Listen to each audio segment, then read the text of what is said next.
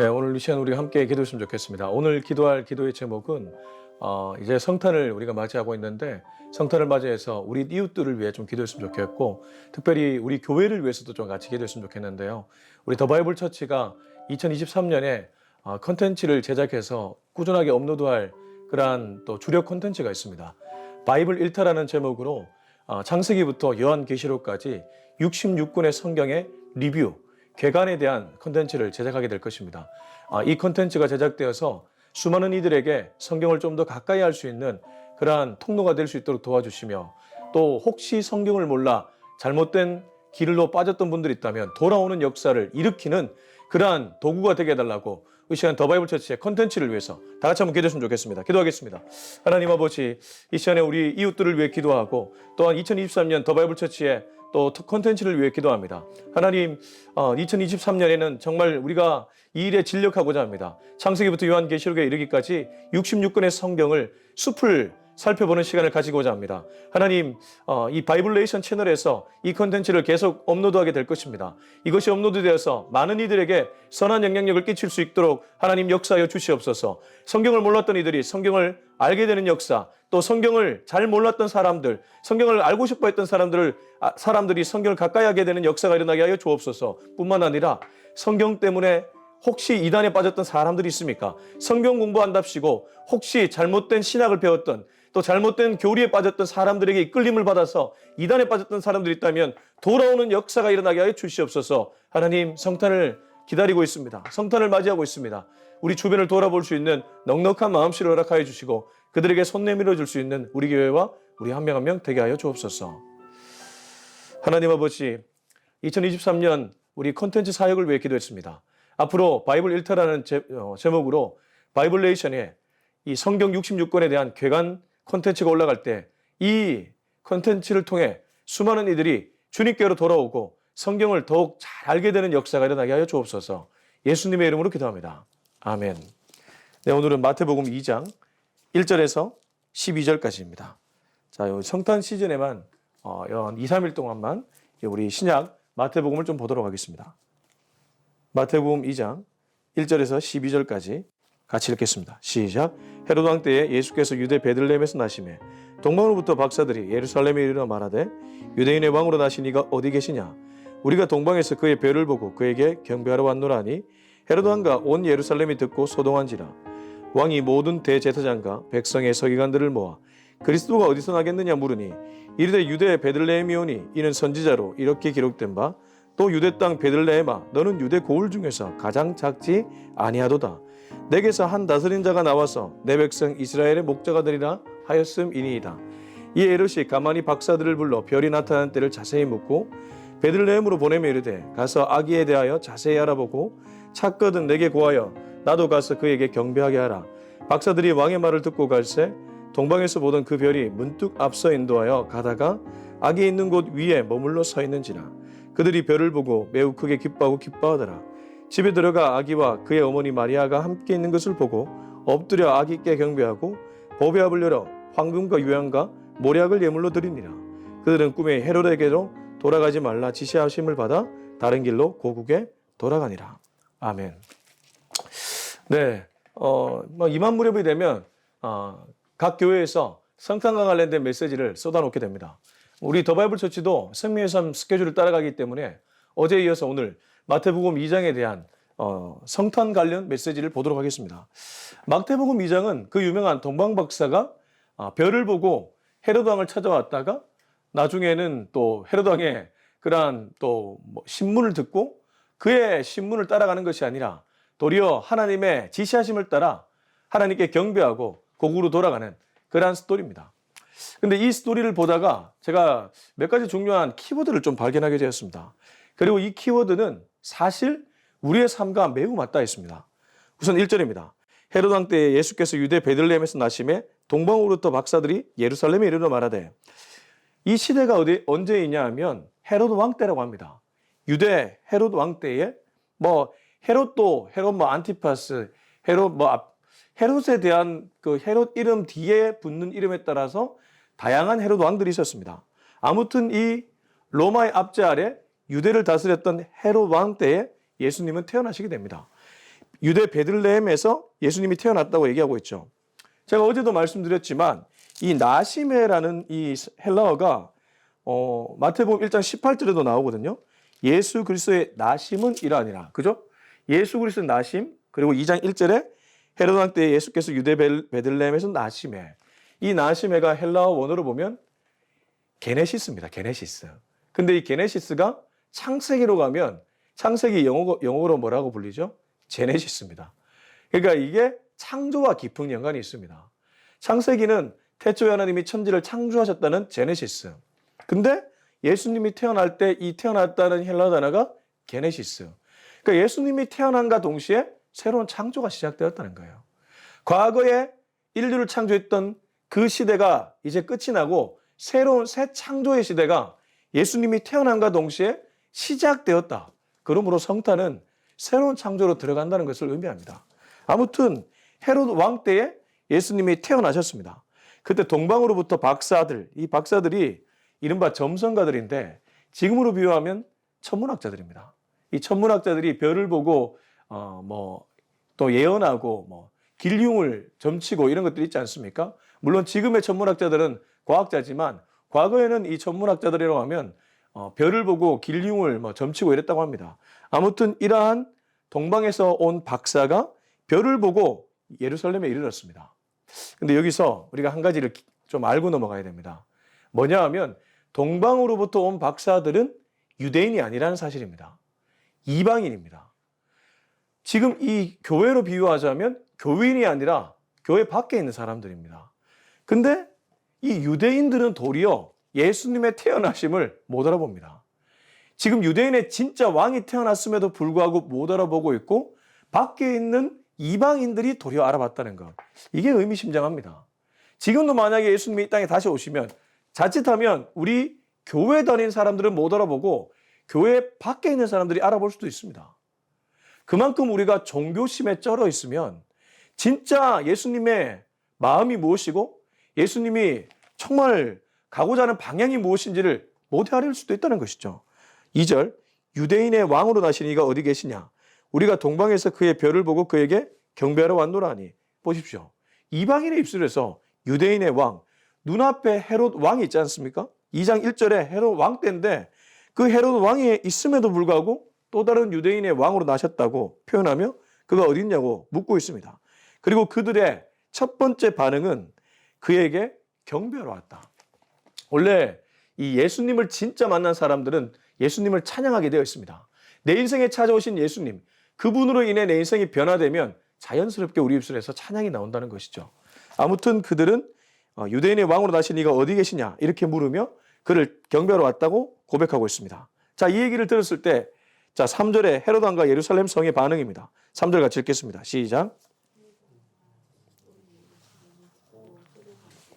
네, 이 얘기를 듣자마자 헤로드 왕은 소동했다고 합니다. 이거는 심리적 불안함을 얘기해 주는 것이죠. 그래서 이 4절도 같이 읽어볼까요? 왕이 모든 대제사장과 백성의 서기관들을 모아 그리스도가 어디서 나겠느냐 물으니, 이 묻는다는 표현이 헬라어 원어로 보면 미완료형입니다. 미완료형은 거듭 물었다는 것을 얘기합니다. 한 번 물은 것이 아니라 계속해서 재차 물었다는 것이죠. 우리가 왜 다급하고 불안하면 그거 잘 되고 있어? 그거 잘 되고 있어? 계속 묻지 않습니까? 헤로드 왕이 동방 박사가 지금 우리가 별을 보고 유대인의 왕으로 나신 이에게 경배하러 왔다는 얘기를 들으니까 내가 유대인의 왕인데?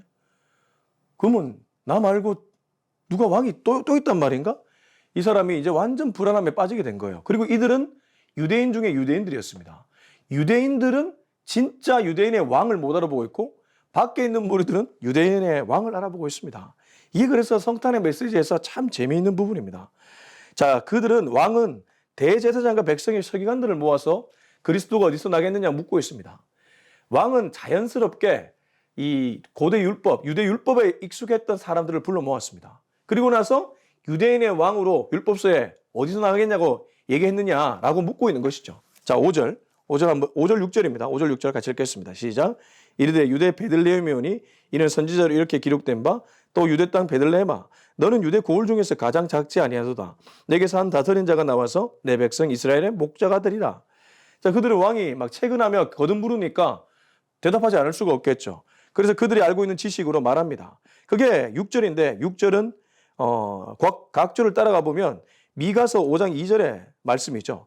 미가서 5장 2절에 가면 유대 땅 베들레헴에서 이스라엘을 다스리는 목자가 나타난다고 예언했습니다. 그리고 그 예언을 지금 대제사장과 백성들의 서기관들은 인용하고 있고 헤롯에게 대답해 주었죠. 다르게 표현하면 베들레헴이 유대인의 왕이 태어나는 장소입니다. 자, 이제 헤롯은 알게 되었습니다. 그 다음 헤롯이 하는 일이 무엇일까요? 7절, 8절입니다. 7절, 8절 같이 읽겠습니다. 시작.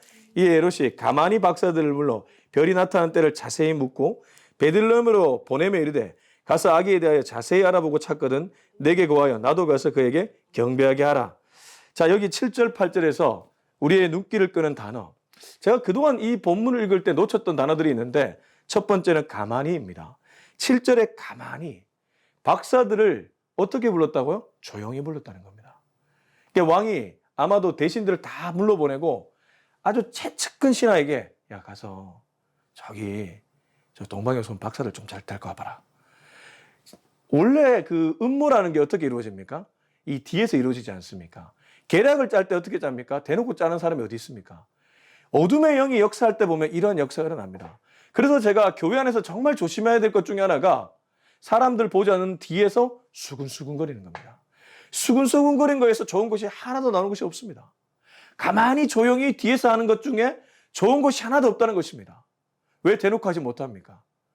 하나님이 역사하며 대놓고 할 수 있는 것이죠. 왜 대놓고 하지 못합니까? 그게 사람을 무너뜨리는 일이고 교회를 무너뜨리는 일이기 때문에 뒤에서 하는 것입니다. 지금 사단의 종로를 하고 있는데 본인이 모르는 거예요. 지금 헤롯왕 보십시오. 사단의 큰 앞잡이가 되었습니다. 오히려 이방인이라고 불리는 동방의 박사들은 진짜 유대인의 왕을 찾아서 경배하러 왔는데 그는 그게 아니라 뒤에서 계략을 짜고 있습니다. 가만히 박사들을 불렀습니다. 그리고 두 번째, 7절과 8절에 동일하게 나오는 단어가 하나 있습니다. 자세히 물었다는 겁니다. 7절 보십시오. 박사를 불러 별이 나타난 때를 자세히 묻고 8절 보십시오. 베들레헴 보내며 이르되 가서 아기에 대하여 자세히 알아보고 찾거든. 이건 무슨 말일까요? 자세히를 헬라어 원어로 보면 구체적이고 정확하게. 다르게 표현하면 어떻게 하면 이 베들레헴에 태어난 아기를 죽여버릴까? 치밀한 계략을 짰다는 거예요.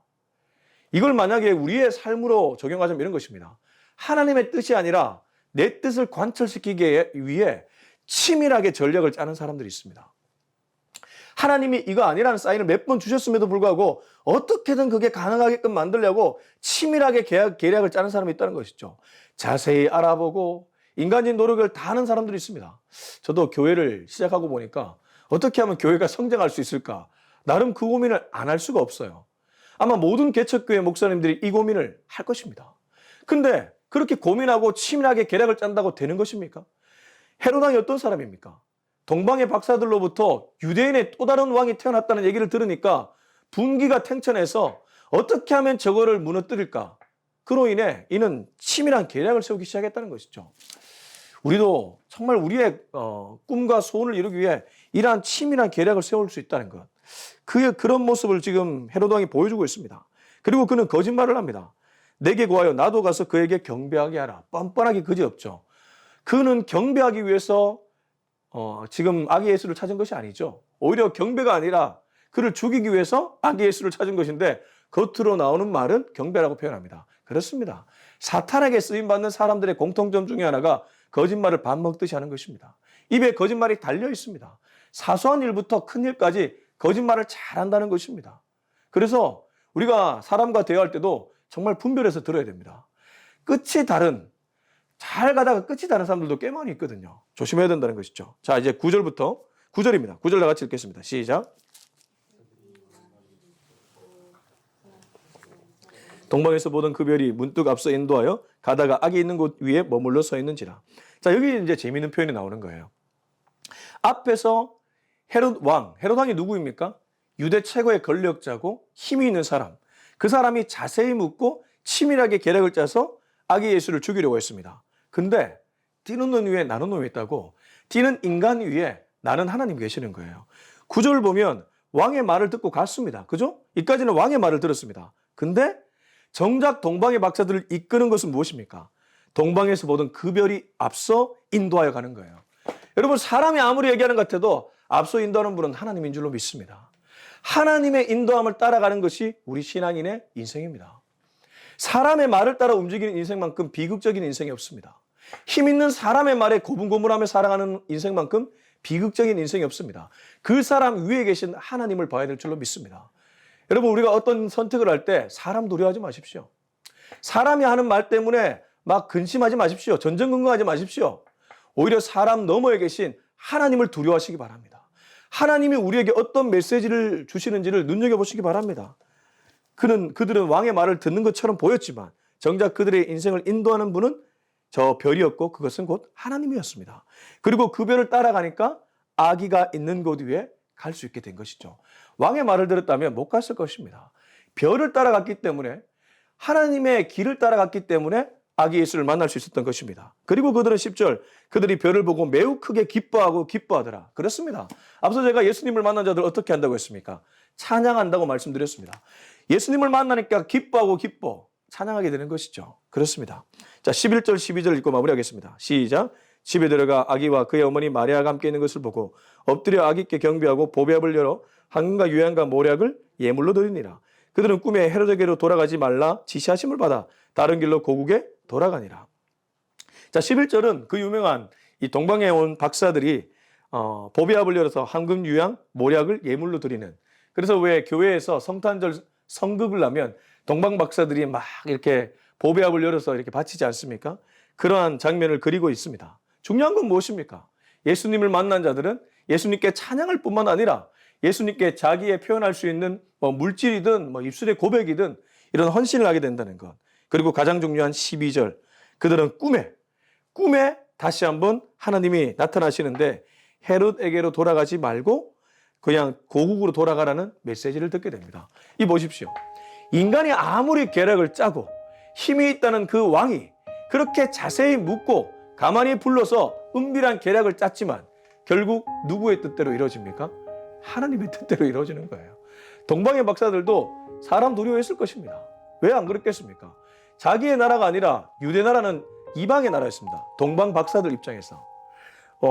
헤로드 왕 입장에서는 동방의 박사가 이방인이었겠지만 동방 박사 입장에서는 헤로드 왕이 이방의 왕이었고 또 그 국가의 왕이었습니다.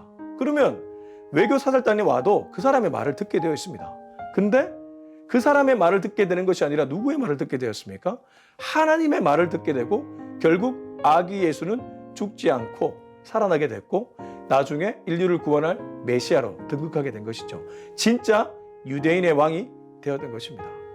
자, 오늘 메시지를 우리가 정리하면서 이렇게 우리 안에 적용했으면 좋겠습니다. 오늘은 우리가 우리의 뜻을 언제나 고집하지 말고 하나님의 뜻이 무엇인지를 살피는 우리 한 명이 한 명이 되게 해달라고 기도했으면 좋겠습니다. 여러분, 사람이 아무리 계획하고 구체적이고 은밀하고 자세하게 아무리 계획을 할지라도 하나님이 도와주시지 않으면 안 됩니다. 그러나 하나님이 도와주시면 이런 이방인들의 마음을 움직이셔서 도와주실 수 있는 분입니다.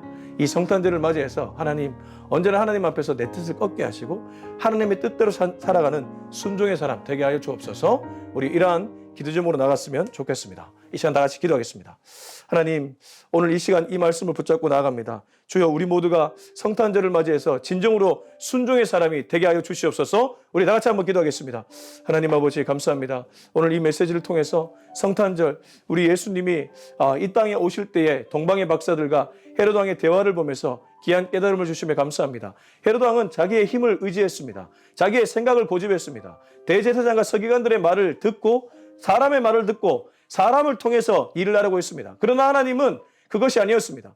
우리 동방의 박사들을 하나님은 별을 통해 움직이시고 결국 고국으로 돌아가게끔 인도하셨습니다. 하나님의 인도하심을 받았던 동방의 박사들, 오히려 이방인들이 하나님의 인도하심을 받는 것을 보면서 많은 것을 깨닫습니다. 주님 앞에서 혹시 내가 고집을 부릴 때가 있지는 않습니까? 내 뜻을 관철시키기에 애를 쓸 때가 있지는 않습니까? 그런 고집과 그런 나의 계획들을 모두 내려놓게 하시고 오직 하나님의 계획, 하나님의 뜻에 따라 순종하는 인생 되게 하여 주시옵소서.